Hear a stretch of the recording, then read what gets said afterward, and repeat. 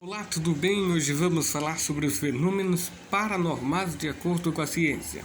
O que a ciência fala sobre fenômenos que sempre são fenômenos naturais e que as pessoas geralmente atribuem ao além.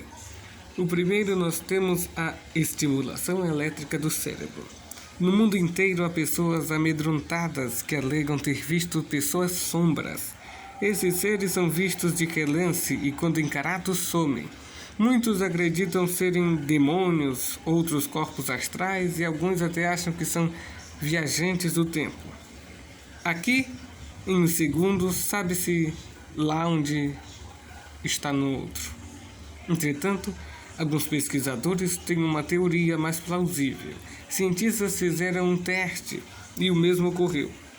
Por que isso aconteceu? Porque os cientistas estimularam a junção tempo-parietal esquerda, a parte do cérebro que define a ideia do ser, ao interferir com a área que os ajuda a diferenciar entre nós mesmos e outros. Os médicos bagunçaram a capacidade do cérebro de entender seu próprio corpo, levando a criar a cópia da pessoa. Os pesquisadores estão esperançosos de que essa seja a chave para entender por que tanta gente, esquizofrênica ou não, encontra pessoas sombras e outras criaturas do tipo. Então, resumindo, a estimulação elétrica do cérebro é simplesmente a ativação de neurônios elétricos que causam no nódulo esquerdo do cérebro parietal uma questão de semelhança, onde copia o nosso corpo, fazendo com que vejamos pessoas, entre aspas, pessoas sombras. O próximo que a gente irá ver é o efeito ideomotor, que, como a imagem passada já mostra, ocorre em tabuleiros e entre outros.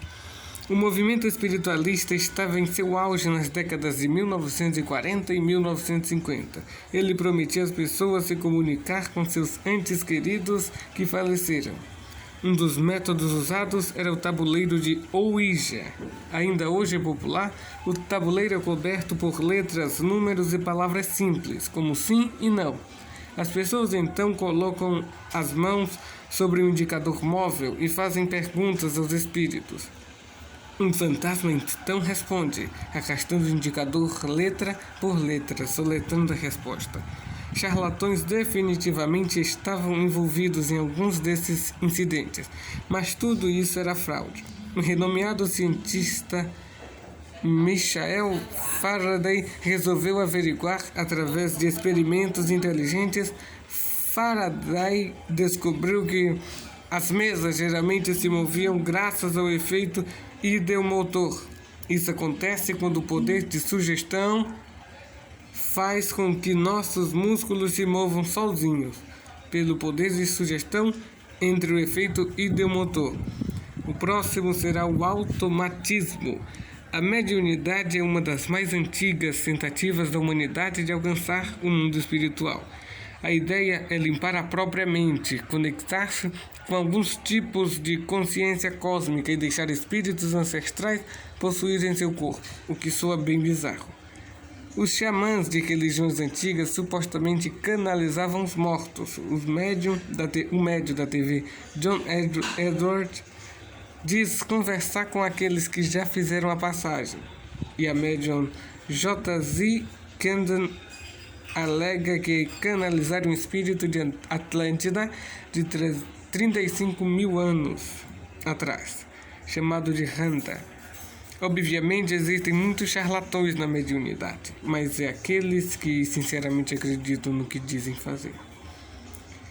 A resposta está no automatismo, um estado alterado de consciência, onde as pessoas dizem e pensam coisas de que não estão cientes. Quando o médium limpa a própria mente, ele começa a procurar por um guia espiritual amigo. Espera-se que o guia espiritual entre no corpo dele e então ofereça segredos sobre o universo. Quando o médium limpa a própria mente, começa a pipocar ideias e imagens aleatórias na cabeça dele. E ele pressupõe que esses pensamentos estão vindo de outra entidade. Entretanto, essas ideias estão todas na cabeça dele mesmo. Nossos cérebros são capazes de criar todo tipo de maluquice sem qualquer esforço consciente de nossa parte. Quantas vezes você se sentiu inspirado do nada? Ou quantas foram as vezes em que você teve um pesadelo ou ficou sonhando acordado? Isso não é trabalho de um ser de outro plano. É o seu cérebro fazendo hora extra o tempo todo. E por fim, o ponto gelado. Você está explorando uma mansão assustadora, caindo aos pedaços, no meio da madrugada, quando de repente o ar congela. Porém, se você dá 2 passos à esquerda ou à direita, a temperatura volta ao normal. Isso é o que os parapsicólogos chamam de ponto gelado. De acordo com caçadores de fantasmas, um ponto gelado é um sinal de atividade paranormal. Quando o fantasma não tem nada melhor para fazer do que aparecer do nada e assustar pessoas, ele precisa de energia. Então o fantasma suga o calor do ambiente, incluindo as pessoas, para se manifestar. Os cientistas têm uma explicação mais simples e mais enfadonha. Quando céticos investigam casas assombradas, eles geralmente encontram entradas de ar frio, vindas de chaminés ou janelas. Mas mesmo que a sala seja selada, ainda há uma explicação perfeitamente racional. Todo objeto tem sua própria temperatura, e algumas superfícies são mais quentes que outras.